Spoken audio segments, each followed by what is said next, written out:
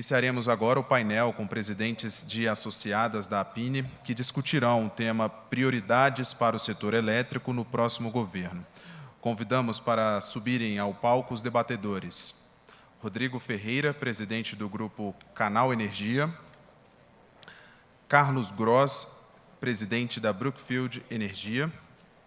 Fernando Mano, diretor-presidente da CPFL Renováveis. E Paulo Roberto Pinto, diretor-presidente da Norte Energia.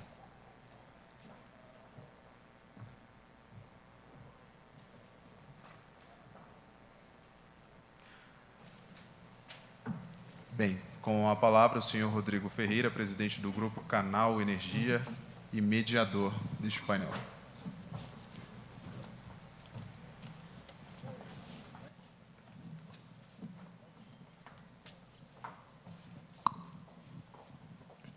Bom dia a todos.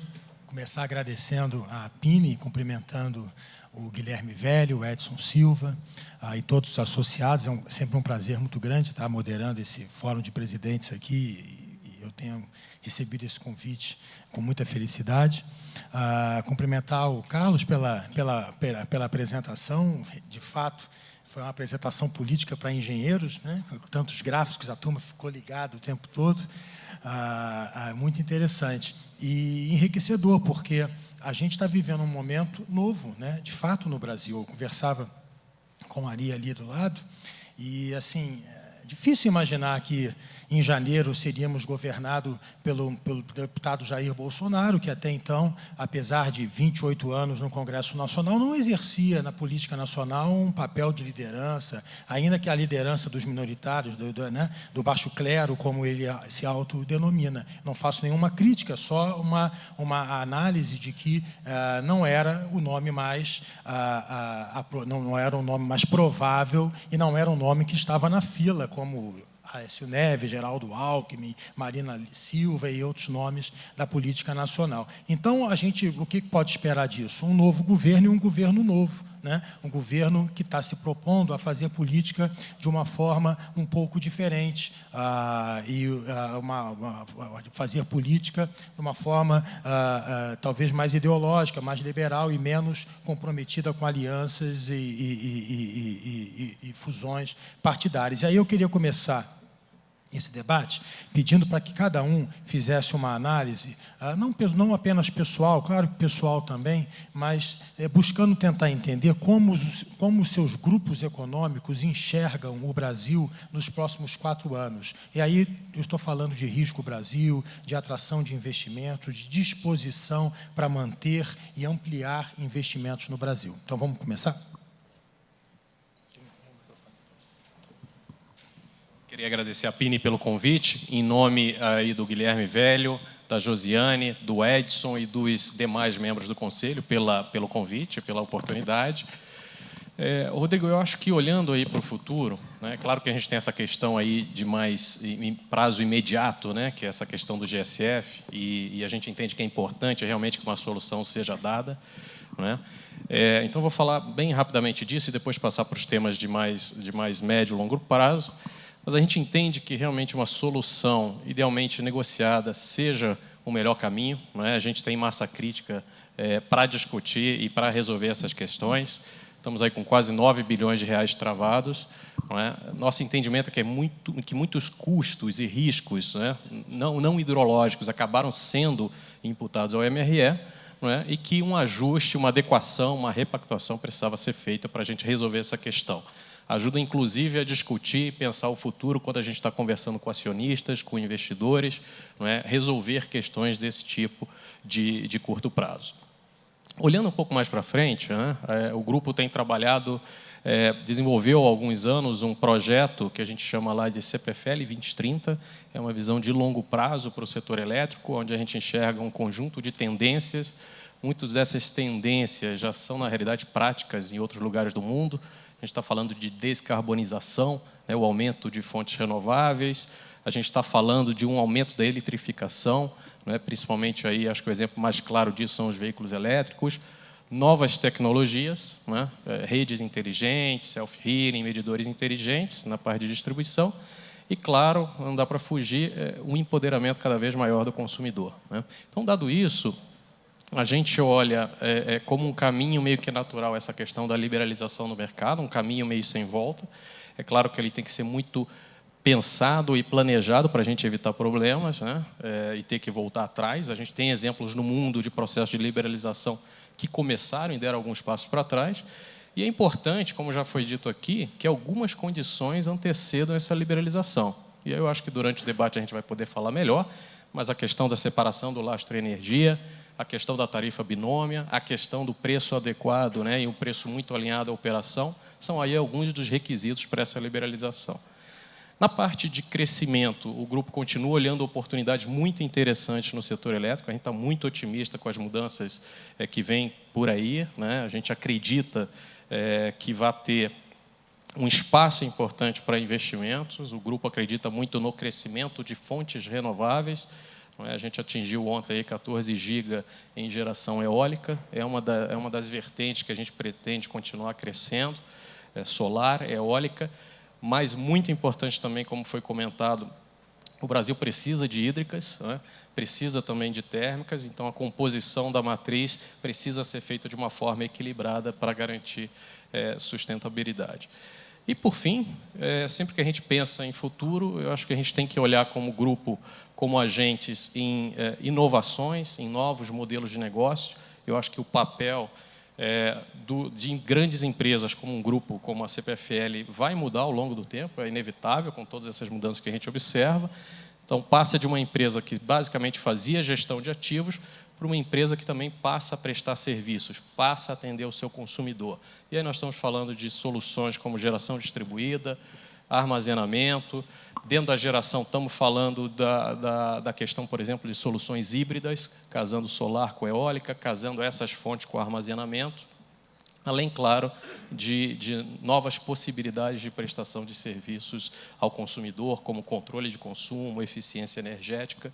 Então, enfim, acho que grupos como os nossos vão ter um papel aí muito importante nesses próximos 4 anos para apoiar mudanças de políticas e regulamentações e, da mesma forma, buscar novos modelos de negócio, né, que podem trazer benefícios para o setor como um todo. Legal, Fernando. Obrigado. E, Carlos, como é que o teu grupo internacional está vendo o Brasil agora? Vocês estão em compasso de stand-by, esperando para que essa movimentação do governo Bolsonaro possa ficar mais clara, ou vocês estão em ritmo de franca expansão e acreditando nos próximos 4 anos? Deixa eu ver, primeiro, se eu não quebrei aqui o nosso microfone, né? Primeiro, queria também agradecer a todos, vocês do painel, também a Pini pelo convite, a todos os presentes. A Brookfield investe no Brasil há mais de 110 anos. A gente já passou por muita coisa aqui, regime militar, impeachment e várias coisas. É um país que a gente adora. A gente fala, o Brasil está no nosso coração e a gente acredita que conhece muito bem o Brasil. O Brasil passa por dificuldades, vamos falar especificamente do setor elétrico, muita coisa para discutir. Agora, não vamos pensar que esse problema é só no Brasil. Você tem problemas seríssimos com... Eu não gosto nem de falar problemas, eu acho que são desafios muito complicados num setor que está se transformando. Você tem entrada de renováveis no Brasil, na Europa, na Austrália, vários mercados, energia intermitente entrando, dificultando a operação do sistema. Barato, você está lá, você sabe como é isso. Os ramp-ups, a famosa curva pato. Como que você lida com algo que está vindo, que cria um desafio, mas é muito bom. E o mundo inteiro está discutindo isso. E a nossa cabeça, quando a gente olha, é uma mudança positiva, mas ninguém tem a solução. Ela é nova e ela está sendo testada. E a gente tem que ter essa discussão muito aberta, porque vai mudar. Não adianta. O mercado vai ser liberalizado, com certeza. A pergunta é como a gente faz isso? Vamos virar amanhã, está tudo liberado, cada um compra energia do jeito... Não funciona. Você tem que se preparar. Estamos preparados? O que a gente vai fazer? Como é que você faz a expansão? Temos os problemas do passado? Sim, a gente tem que resolver, com certeza. Mas a gente tem que olhar para frente, para os problemas não se repetirem e para se preparar para as novas coisas. Então, o Grupo Brookfield, a gente está muito animado, a gente acha que tem muita coisa para fazer. O Brasil, por todos os percalços que tem, a gente sempre brinca, a gente olha mercados mundiais, Japão, Europa, pô, os caras lá, num esforço desgraçado, crescem, mas a demanda de energia cresce aqui. A gente, mesmo na recessão, cresce, a gente precisa de energia, a gente tem, eu acho que como país, uma bênção. Você vê hidrelétricas maravilhosas, boas eólicas, gás do pré-sal, biomassa, solar. Que falta? Pô, não sei. Se tiver alguma outra fonte boa, eu acho que a gente tem, no mínimo, algo acima da média. É como combinar isso e como trabalhar. Investimento, eu acho que a Brookfield tem apetite, mas eu vejo vários nessas salas, as pessoas estão com vontade de investir, tão otimistas. A gente tem que acertar um modelo, de novo, o para trás, respeitando os contratos, as outorgas, tudo que foi feito quando o investidor tomou uma decisão lá atrás, mas ajeitar o sistema para frente. E aí o investimento vem naturalmente. Legal, Carlos. E, Paulo, como é que a Norte Energia está vendo esse momento? A Norte Energia, uma grande hidrelétrica na Amazônia, e vivemos aí momentos de pré-privatização, agora não sabemos qual é o destino que isso vai ter. Como é que está o clima da empresa e a tua visão e a visão da gestão para os próximos 4 anos?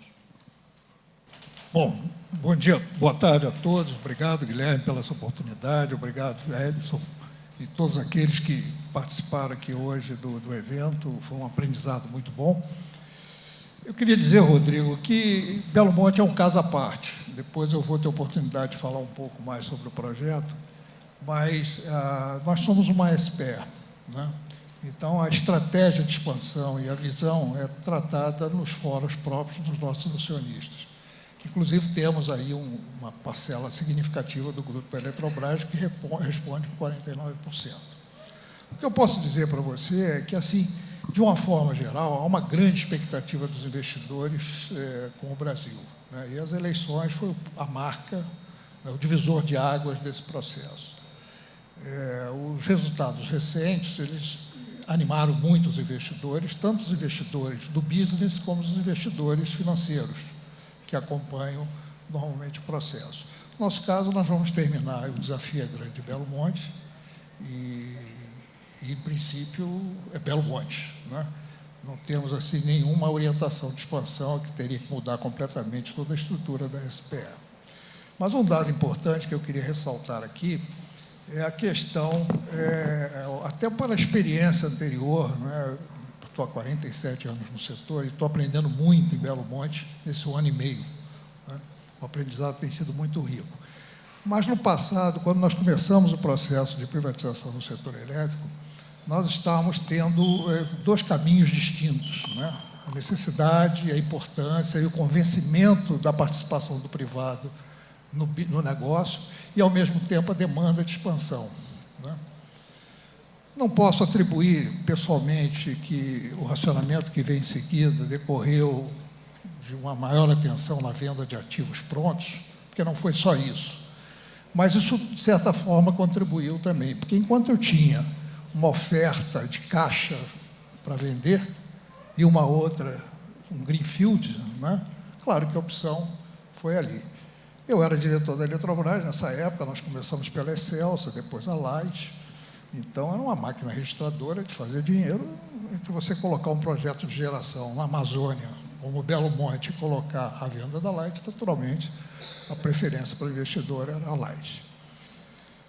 Por que eu estou buscando isso lá atrás? Porque eu acho que é o cuidado que nós temos que ter também nesse momento. Quer dizer, eu percebo uma disposição muito grande do investidor no Brasil, e nós temos um programa de privatização aí que vai voltar.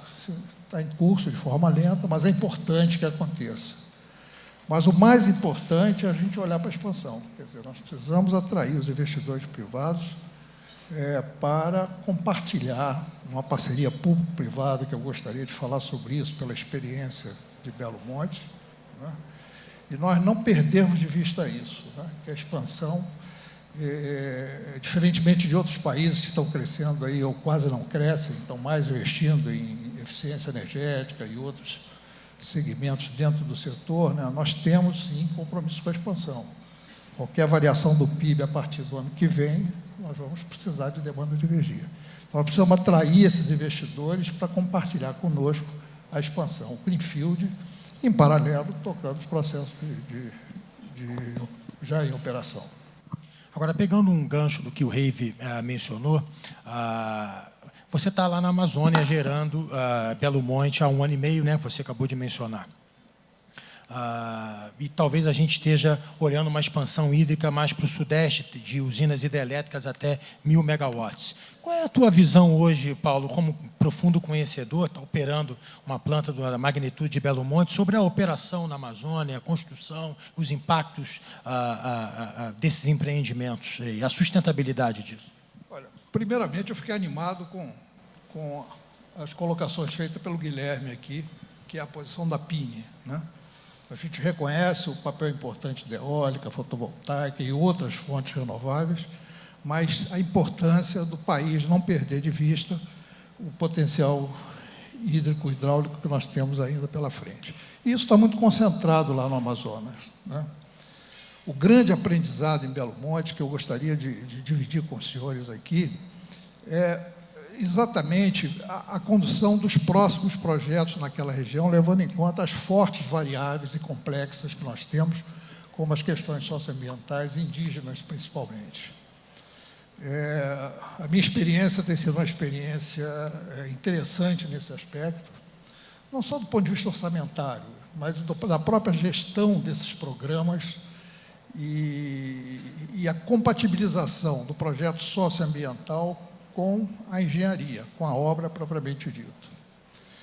Eu diria o seguinte, nós todos aí que vivemos década de 70, 80, os grandes projetos de geração hidráulica que foram construídos no Brasil, né, a relação com o mundo socioambiental era bem diferente do que é hoje, né?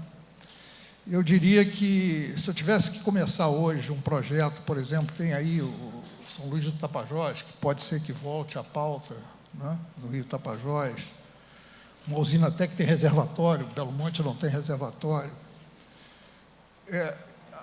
A parceria público-privada, ela precisava ser repensada de maneira que o privado fizesse o papel efetivamente institucional. Quer dizer, antes de chegar à engenharia, antes de chegar ao trator, é preciso que as questões socioambientais sejam literalmente discutidas, definidas, demarcadas, orçadas, as questões indígenas da mesma forma, e em seguida vem o trator. Eu costumo usar esse argumento porque eu percebo hoje o quanto nós ainda somos reféns de condicionantes de licença de instalação, de licença de operação, né? Muita coisa... E aí, quando a obra entra concomitante ou antes do fechamento das questões socioambientais, a engenharia do projeto fica refém desse processo. Então, eu preciso da ELI, eu aceito ali uma condição que não é a melhor para o projeto, na área indígena, na área socioambiental e assim por diante. Então, eu tenho condicionantes hoje a cumprir com Belo Monte que realmente estão dando um trabalho enorme e a obra vai terminar, eu ainda vou estar discutindo e tentando buscar soluções para isso. O refém é nesse sentido, porque você tem janela hidrológica para enchimento do reservatório, você tem uma série de etapas na construção do projeto que você não pode parar, sob pena do custo-benefício ser pior, né? Então, se nós tivéssemos, na minha opinião, que começar um projeto hoje estruturante e basicamente a região amazônica, essas duas grandes variáveis elas precisavam ser muito bem discutidas antes do início do projeto. E aí eu acho que está na hora realmente, eu acho que o país atingiu um nível de maturidade bastante importante para que a área ambiental, juntamente com a área elétrica, de infraestrutura do país, faça uma interação muito forte com relação a isso. E aonde é que está a grande parceria do público-privado com isso, na minha opinião?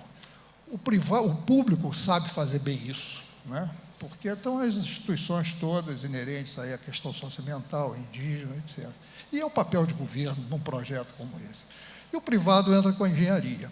O que não pode é você convocar o privado para pôr o dinheiro e deixa que eu faço. Não dá certo. Então, a gente tem que repensar também qual é a nossa relação, nós, privados, com o público ou o privado, né? Definir bem que o privado ele faz melhor do que a gente. Ele tem uma capacidade de gestão empresarial que é natural, isso no mundo inteiro, isso não é só aqui no Brasil. Então, eu preciso ter o privado comigo, não só botando dinheiro. Eu preciso explorar o potencial do privado na execução dos projetos hidrelétricos, particularmente pela complexidade que nos resta aí pela frente, né? E o público vai ter um papel importante também, né? Então, assim, só para não estender mais, eu resumiria em duas formas, né? Primeiro, melhorar e aprimorar. Hoje nós estamos num nível de maturidade muito bom para estabelecer uma relação bastante saudável entre a área socioambiental e a área de infraestrutura, né? O segundo é saber valorizar o papel de cada um num projeto desse na Amazônia. O papel correto da União, do Estado, o papel correto do privado. E o terceiro é estabelecer um cronograma que seja factível, né? Eu, por exemplo, lá em Belo Monte, o custo orçamental, o orçamento da área socioambiental, inicialmente, era de 4 bilhões de reais. Já gastamos quase 6, é capaz de ter que gastar mais 1 bilhão. Quer dizer, não dá, não fecha a conta, né? Tem uma condicionante na LO que trata de todo o saneamento da cidade de Altamira, que é o maior município dos 11 municípios do entorno da usina, que diz lá o seguinte: o sistema de saneamento de Altamira será de responsabilidade da Norte Energia, a sua operação e o seu custo, até que a Prefeitura se declare em condições de assumir. Quando é que a Prefeitura vai se declarar a assumir? Nunca, né? Então, eu estou colocando isso não como crítica, mas como um aprendizado para a gente pautar bem essas discussões. Sou literalmente a favor, acho que nós temos que esgotar o nosso potencial na região amazônica, agora com estrutura e com aprendizado que Belo Monte. Ao invés da sociedade criticar Belo Monte, nós temos que usar Belo Monte como um grande aprendizado para os próximos projetos. Agora, Carlos e Fernando, vocês vão surfar literalmente de uma forma mais intensa esse novo mundo da energia elétrica, a CPFL na sua plenitude, porque está nas áreas de geração e distribuição, e a Brookfield como um grande empreendedor de geração, sobretudo renovável, né? A opinião de vocês sobre a CP33, ela é, de fato, a pauta técnica do setor? O próximo governo deveria partir desse ponto de partida ou demanda um ajuste na CP33 de tal forma que a gente deveria voltar um pouco atrás? Qual é a visão de vocês, Fernando? Vamos lá, eu acho que a CP33 é um belo ponto de partida. Eu acho que a gente tem, o setor inteiro participou e trouxe contribuições, então eu acho que isso tem que ser utilizado como base, como referência. Acho que a proposta que existe ali, né, de liberalização é alguma coisa que, de fato, tende a acontecer, mas, como eu disse, a gente precisa avaliar com bastante cuidado. Na questão do gerador, né, e para que a gente continue garantindo a atratividade do investimento e da financiabilidade, é muito importante que, nessa questão da liberalização, a questão, por exemplo, do lastro energia seja muito bem definido, né? Quer dizer, hoje o gerador tem toda a sua expansão baseado nas declarações do mercado regulado, não é? E a partir do momento que você tem essa liberalização e a migração de clientes para o mercado livre, você precisa ter esse direcionamento que vem através do lastro, né? Isso vai garantir, como o Guilherme já comentou, uma receita mais estável para o gerador, tanto na parte de lastro, quanto na parte de energia do mercado regulado remanescente, já que nem todos os consumidores vão migrar, e aí, claro, o restante da receita vem da venda no mercado livre. Então, essa separação é muito importante para garantir essa questão da atratividade dos investimentos em geração, da financiabilidade, é muito importante para garantir a confiabilidade também do sistema, e a isonomia entre os mercados, né? A partir desse momento, o mercado regulado e livre vão estar direcionando e pagando por essa expansão. Outro ponto que eu acho que é muito importante a gente refletir, e aí tanto a CPFL como a PINE fizeram contribuições para a CP33, e eu acho que o ponto de partida é bom. Eu acho que outro ponto muito importante diz respeito à questão do preço. Então, nada disso vai funcionar bem se a gente não tiver um preço realmente alinhado, acoplado com a realidade de operação, né? E aí eu acho que os esforços que estão sendo feitos na linha do PLD horário são importantes. Eu acho que tendem a aumentar um consumo mais eficiente, tendem a aproximar o preço da operação, mas, naturalmente, como a gente que está ali no mercado no dia a dia, pagando as contas, a gente sempre tem muita preocupação dos testes que precisam ser feitos. Eu acho que hoje já vem se fazendo aí os testes do PLD sombra, né? Os testes sombra do PLD, mas a gente precisa, acho que como o Rui colocou bem aqui, fazer também a contabilização horária para que todos os agentes possam entender de forma individualizada, para que todos os agentes possam perceber quais são os reais impactos no seu dia a dia. Que o Rui disse que vai liberar agora, nos semana próximos... que vem, nas próximas semanas, né?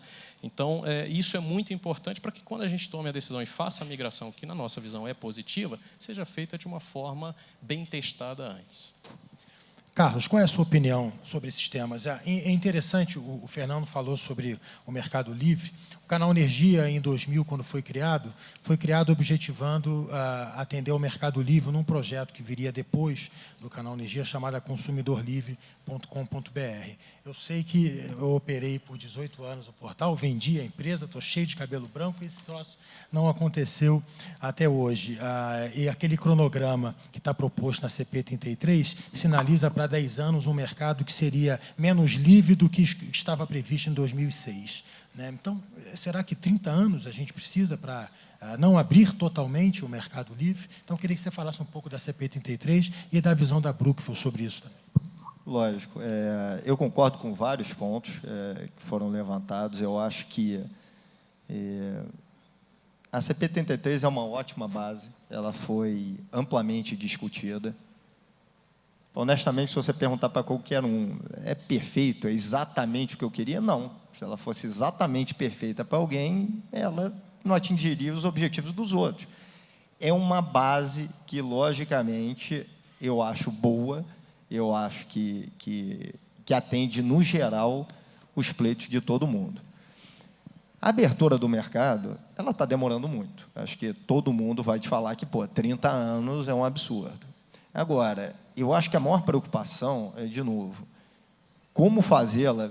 O passado, eu sou economista, falo, aquilo é custo afundado. Esquece, os últimos 20 anos não foi feito. Ótimo, vamos olhar daqui para frente. Como que a gente faz algo que é sustentável? Porque o maior problema num investimento de infraestrutura, teu payback é 7, 8 anos. Se você faz um negócio e ele não funciona, a nossa visão para qualquer setor de infraestrutura vai sempre começar com respeite os contratos que você assinou no passado. Seja ele de geração, transmissão, rodovia, ferrovia, alguém fez um investimento baseado naquilo. Então, vamos lá, se você muda uma regra, fala, agora vai funcionar desse jeito. 2 anos depois, você chega à conclusão, não é bem daquele jeito. Os contratos que você assinou nos últimos 2 anos, eu te falaria, mantenha ele pelos próximos 40, ou até eles acabarem. Então, você vai conviver com aquilo durante muito tempo. Eu prefiro, espera mais um ano, discute mais e sai com um modelo melhor, mais bem feito, mais bem pensado. A questão do consumidor livre, para mim, não é uma discussão de se, é quando. O consumidor já quer. Quem manda, vamos lá, quem manda em qualquer mercado é o consumidor. Seja no mercado de varejo, seja no mercado de energia. Ele quer cada vez mais o poder de escolher sua fonte.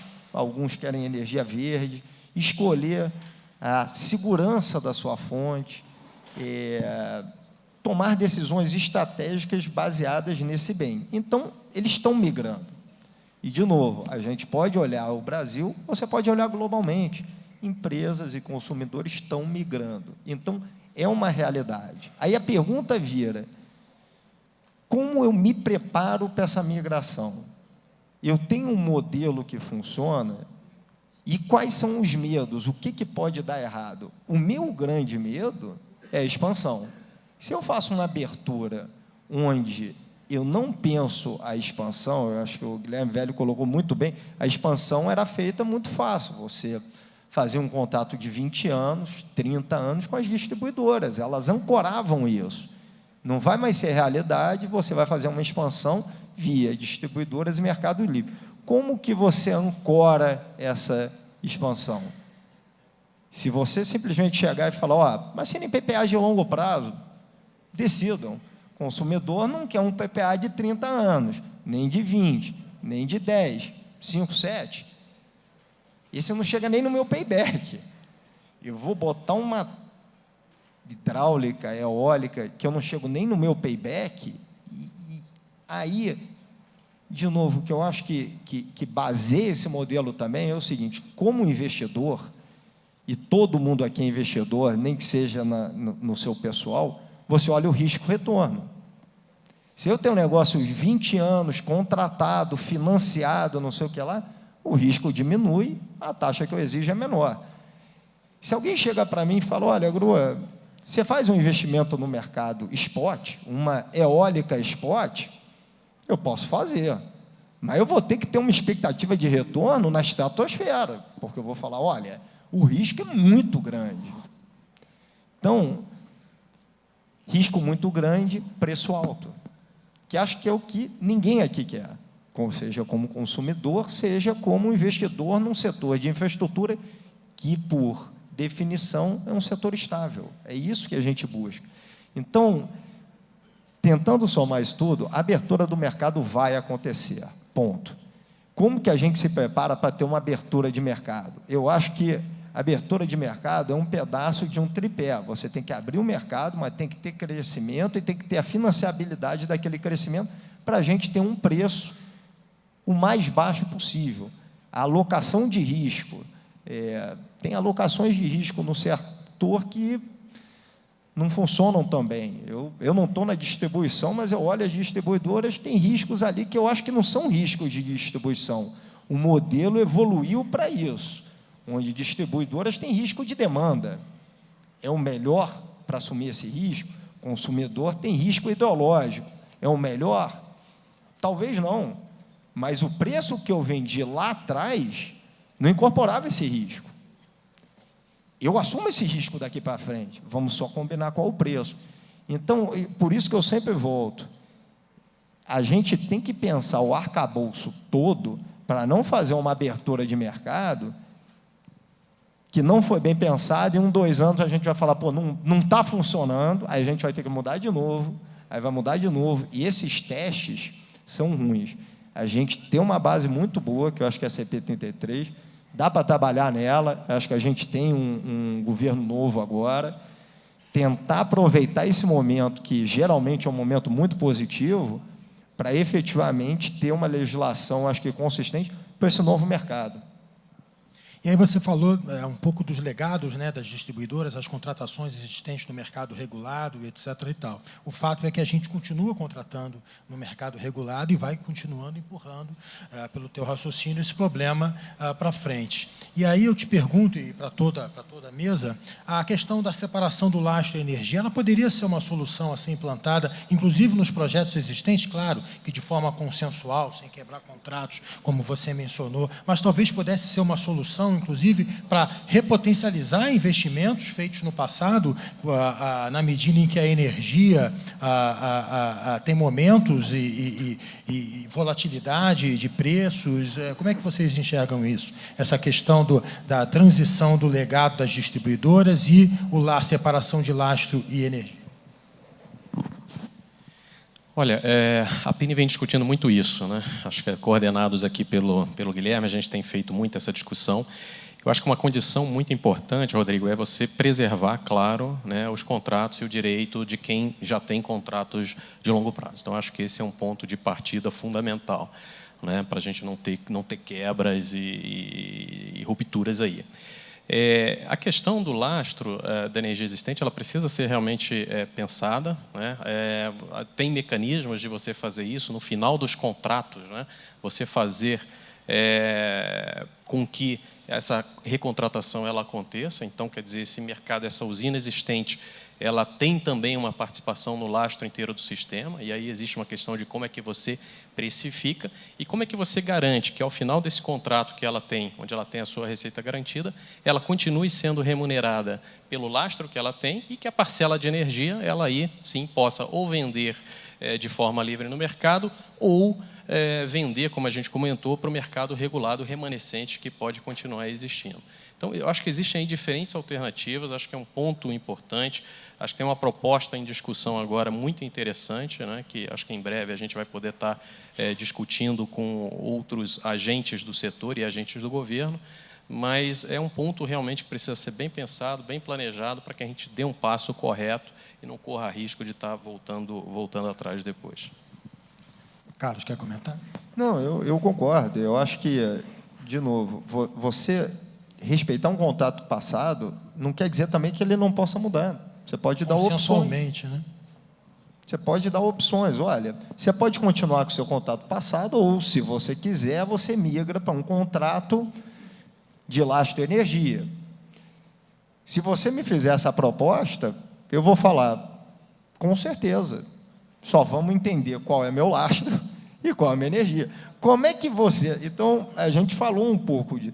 Como é que você precifica os atributos, e eu sempre boto um caveat nisso, positivos e negativos das fontes.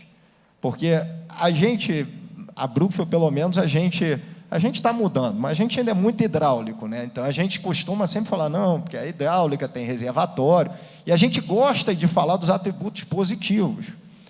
Mas tem fontes, e não vou implicar com ninguém, que tem atributos negativos. Uma necessidade pela característica dela, ela traz uma necessidade de um ramp-up muito rápido. Solar só dá de dia, não dá de noite. Como que você... Então, isso é um atributo, agora, desculpa, talvez negativo, um positivo, a carga e o pico está mais de dia, ótimo. Então, precificar os atributos positivos e negativos, migrar para uma precificação mais horária e dinâmica, vamos dizer, se é horária, se é 15 minutos, você pode ter toda uma discussão. Agora, hoje em dia é ex-ante semanal, isso cria uma série de dificuldades no sistema. Então, para me falar, olha, você quer trocar um contrato de 20 anos fixo por um contrato de lastro de energia, minha primeira resposta vai ser, com certeza estamos abertos a discutir. Eu estou trocando o quê por o quê? Eu sei o que eu tenho. O que vai ser o novo? E eu acho que quando você abre isso, tem, eu acho que uma discussão saudável. Eu acho que nem todo mundo vai mudar, tem perfis de risco diferentes, mas o setor, ele já existe há 200 anos e ele vai continuar existindo. E as mudanças, eu acho que, tendo norte e direito, elas vão acontecendo. Tem oportunidades claras. Tem a nossa conta aí nos próximos 5 anos, tem mais uns 6, 7 gigas de hidráulica que vão vir para ser relicitadas. Obviamente, nessa hora, tem discussão de MRE, como é que está a potência dessa usina. Olhar para trás é muito complicado. Sentar aqui e falar, pô, Belo, mas vamos discutir a tua segurança? Lógico que não, você acabou de fazer um investimento bilionário, não faz nem sentido ter essa discussão. Mas uma que está sendo relicitada agora, vamos ter essa discussão. Vamos ter uma discussão lastro de energia, vamos ter uma discussão dos atributos que você atrai para o sistema. Então, eu acho que, de novo, tendo uma base, uma discussão, respeitando o passado, mas abrindo oportunidades para mudanças no futuro, é muito positivo. Fernando queria fazer um comentário. Não, só o último ponto, um ponto que eu acho que é importante, essa precificação e o valor definido pelo lastro é muito importante. Então, a gente precisa, como ele faz parte, né, vai compor a receita ali do agente, essa definição precisa ser muito bem pensada e muito bem trabalhada. A gente também vem discutindo muito isso, porque é aquilo que vai garantir a atratividade do investimento, aquilo junto com a receita de energia remanescente do regulado, que vai garantir o retorno do investimento e, portanto, a atratividade do investimento e a financiabilidade. Eu acho que cada vez mais a gente tem que pensar que a gente está competindo hoje por investimentos no mundo inteiro, né? Então, quando o investidor toma a decisão, ele está pensando se ele vai botar dinheiro aqui ou se ele vai botar dinheiro em outros lugares. E a gente tem que ter um ambiente estável, um ambiente atrativo, justo, para que a gente consiga fazer as atrações devidas de ter atratividade suficiente para investimentos. Rodrigo, percebe-se nitidamente, desde o início do evento, né, que nós temos pontos sensíveis e importantes no modelo para serem ajustados. Você começou o debate aqui perguntando qual era a nossa opinião com relação aos investidores, aos nossos sócios, à visão de expansão. O que foi discutido aqui agora é de altíssima sensibilidade para o investidor. Quer dizer, essa insegurança que há hoje em relação à MRE, em relação a Lastro, GSF e tantas outras, isso realmente é um fator inibidor, ou são fatores inibidores da chegada do investidor privado. Então, eu acho que o momento, e entendi bem a mensagem da PINE, o momento é este, é o momento de encaminhar um novo governo, e a CP33 é um alavancador disso, né? Propostas concretas que possam realmente ajustar o nosso setor.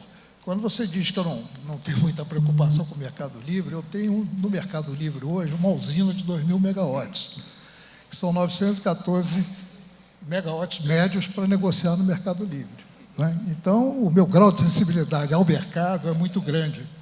Eu, às vezes, não durmo quando eu lembro de uma usina de 2.000 megawatts dentro de casa, né, na gaveta, né, independente das 18 máquinas de 611 megawatts cada uma.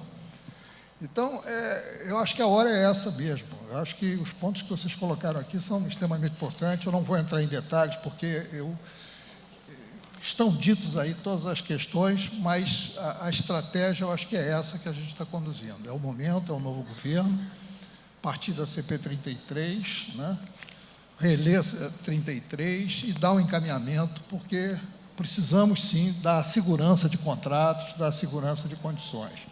Em geral, o financiamento dos projetos nossos é Project Finance, né? Então, quando você está visando o Mercado Livre, você não vai fazer contrato de Mercado Livre de 30 anos. Você tem que ter soluções para atender. Com a distribuidora, você faz com o mercado regulado, né? Então, eu acho que é a hora de... Ontem à noite até brinquei com barata, está na hora do novo revise. Eu talvez tenha exagerado um pouco, mas é alguma coisa parecida. Tem que sentar, pegar os agentes, né, e dar uma repensada nesse momento.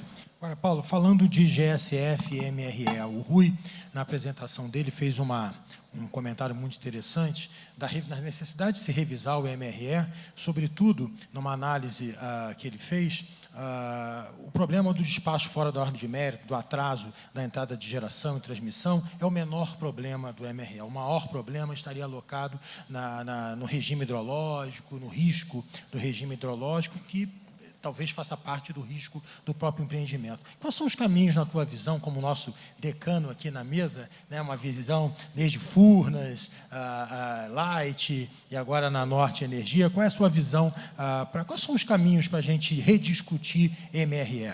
Eu vou te comentar com você, vou para o GSF, que foi o ponto mais relevante. O Rui falou que 9 bilhões de reais hoje é a conta pendurada dentro da CCE. A Norte Energia, a primeira máquina rodou em abril de 2016. O GSF, com 5 máquinas em 2017, chegou a 2 bilhões e 900 milhões de reais, né, com 5 máquinas. A garantia física são 8, estava com 60% da garantia física. E foi uma discussão longa com a ANEEL, né, mas se acompanhando todo o posicionamento do setor com relação. O Guilherme colocou bem aqui hoje, né, que nós precisamos distinguir o que é realmente risco do empreendedor, do projeto, e o que não é risco do projeto. O GSF, ele conseguiu abraçar tudo, ele tem tudo ali dentro, né? Então, esse é um ponto que precisa de uma solução. Eu acabei fazendo o seguro, né, me custa 300 milhões de reais ano, e a partir de 17, mas tive uma conta de 2 bilhões e 900. E graças aqui ao Reive, que era diretor da ANEEL na época, nós conseguimos fazer um pacto. Eu tinha energia do Mercado Livre na gaveta, fiz um hedge com essa energia e o Reive me parcelou a diferença aí que deu uns 700 milhões. Eu consegui liquidar os 2 bilhões e 900. Mas Isso uma vez, isso não pode ser uma coisa permanente. Então, é uma outra... O Guilherme disse, de 2 ou 3 leilões que tiveram aí, apareceu um projeto hidrelétrico, um ou dois, ninguém vem, não tem que vir. Né? Ou as regras são muito claras. Você citou o caso do capital. O capital não tem pátria. O capital vai onde as condições são melhores. Então, se nós queremos realmente trazer o privado, ou retomar o privado com uma intensidade forte de investimento, nós temos que ter as regras bem claras. Eu ia fazer só um comentário nisso, que eu acho importante. De novo, sempre olhar o passado é importante, a gente vê, mas aprender com esse passado para olhar o futuro. Perguntaria para nós 3 aqui que já construímos hidrelétrica. Antigamente, 10 anos atrás, você olhava uma hidrelétrica, você falava, bom, minha assegurada vai ser 500 mega, eu rodo lá um modelo com 500 mega, com contrato, não sei o que lá. Hoje você olha uma hidráulica, sua assegurada é 500, teu modelo você já joga só 400, você fala, pô, eu vou ter um GSF de 20%, 30%. Então, o que acontece? A tarifa que eu vou cobrar é muito mais cara. E aí eu falo, pô, mas peraí, o GSF pode piorar, ele pode ir para 60 ou 50. Então, eu tenho mais esse risco. E pode ter... Daqui a pouco, a custo de construir uma hidrelétrica é R$400. E aí vem a pergunta, é isso... É esse o atributo que a gente vê aquela fonte? Porque se não vou mais construir hidrelétrica. E se essa é a resposta, ótimo. Eu construo eólica, eu construo solar, eu construo outra coisa.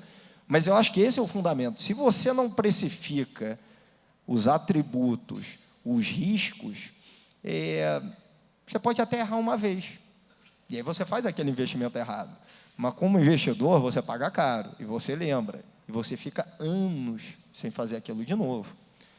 Então, pegando o oposto, a gente tem muito com o investidor internacional. Eles vêm para o Brasil e falam, pô, me explica de novo esse sistema tributário. Eu falo, eu não consigo explicar não, cara, é muito difícil.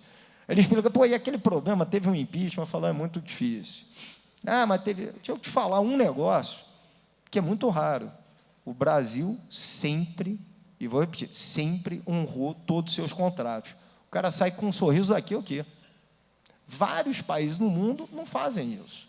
Então, de novo, a gente tem que olhar o positivo e falar, pô, o que eu faço de bom? Eu cumpro os contratos, etc. O que eu fiz de errado isso? Ok, vamos resolver o passado. Mas para frente, a gente quer um MRE torto, a gente quer um GSF, porque isso vai ter um custo. O investidor vai botar isso na conta. E o que vai acontecer? Não vai ter aquela fonte.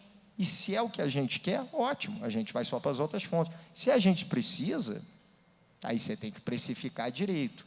A precificação correta dá para a gente a segurança de investir e, no final, ter o que a gente efetivamente investiu, que é o fundamental. Se eu perco dinheiro em algo que eu sabia que é um risco, é parte do jogo. O que não dá para perder dinheiro num negócio que, pô, não estava combinado. Ok. Bom, eu estou com a plaquinha de fim ali já apontada para mim. Como organizador de eventos, eu sei da angústia da turma do backstage ali, que fica tentando organizar os horários e finalizar tudo dentro dos limites de tempo. Então, a gente queria discutir um pouco mais sobre distribuidora do futuro, sobre a questão propriamente do MRE, mas isso vai ficar para a próxima. Eu agradeço de novo a Pini, ao Guilherme, ao Edson e a todos os associados, ao Fernando, ao Carlos e ao Paulo Roberto, e acho que agora... É almoço? Tem alguma coisa? Tem o Edson ainda, é verdade. Então tá, muito obrigado, hein? Obrigado.